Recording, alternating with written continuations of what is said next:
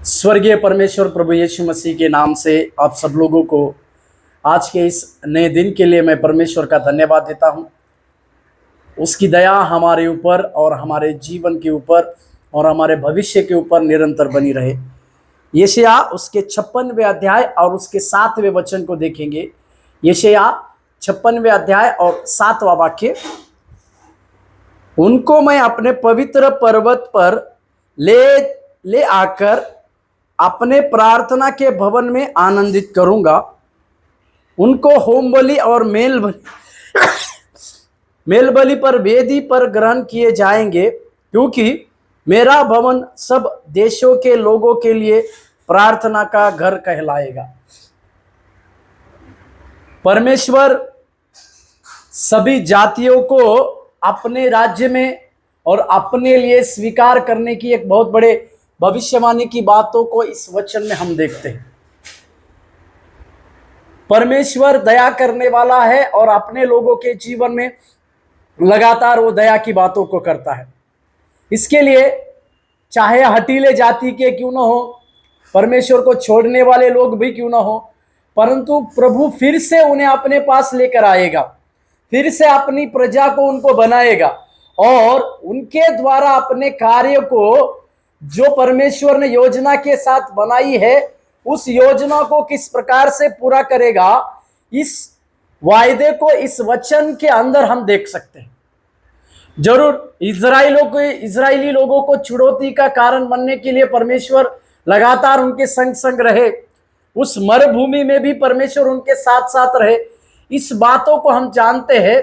उसी में परमेश्वर आगे ऐसे लोगों के जीवन में क्या कर सकता है, इसके बारे में यहां पर लिखा हुआ है। सबसे पहले परमेश्वर उन सारे जातियों के लोगों को क्या करेगा, वहां पर अपने पवित्र पर्वत पर ले आकर, सबसे पहली चीज परमेश्वर अपने पवित्र पर्वत पर अपने लोगों को लेकर आएगा। जो सियोन का पर्वत है वो परमेश्वर की उपस्थिति का पर्वत है। ऐसी जगह पे ऐसे ही लोगों को, जो लोगों ने परमेश्वर के विरुद्ध बलवा किया, जो लोगों ने परमेश्वर के विरुद्ध कई एक प्रकार की बातों को किया, ऐसे जाति के लोगों को परमेश्वर अपने पवित्र पर्वत पर लाएगा। दूसरी चीज, प्रार्थना भवन में आनंदित करेगा। उनको एक प्रार्थना भवन में परमेश्वर आनंदित करने का दूसरा वायदा को देते हैं।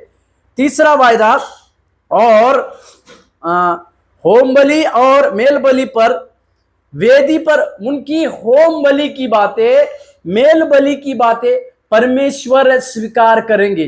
परमेश्वर उनकी उस मेल बलि और होम बलि को ग्रहण करेंगे। चौथी चीज है, परमेश्वर कहते हैं क्योंकि मेरा भवन सब देश के लोगों के लिए प्रार्थना घर कहलाएगा। परमेश्वर का भवन सारे देश के लोगों के लिए प्रार्थना घर कहलाएगा। यही बात प्रभु यीशु मसीह ने भी यूहन्ना रचित सुसमाचार में मंदिर को साफ करते हुए कहा कि मेरा घर प्रार्थना का घर कहलाएगा। मेरे प्यारो, इस नए नियम में परमेश्वर के उस अनुग्रह के युग में आप और हम परमेश्वर का वो पवित्र मंदिर है। इसी के लिए आइए अपने आप को पवित्रता के लिए सौंपे, अपने आप को शुद्धता के लिए सौंपे और परमेश्वर से प्राप्त ये 3 आशीषों को प्राप्त करें। पहली, जाति जाति के लोगों को परमेश्वर इकट्ठा कर रहा है अपने भवन पर, और वो सारे लोगों को प्रार्थना कर कर अपने भवन में प्रार्थना के द्वारा आनंदित कर रहा है। मतलब उन सारे लोगों की वो उस भवन में की जाने वाली प्रार्थना को परमेश्वर सुन रहा है। तीसरा, उनकी भेंट को परमेश्वर स्वीकार कर रहा है। तो आइए आज के सवेरे के समय में इन 3 चीजों को, आशीष को प्राप्त कर कर हम अपने जीवन की शुरुआत करें। प्रभु आपको आशीष दे। धन्यवाद।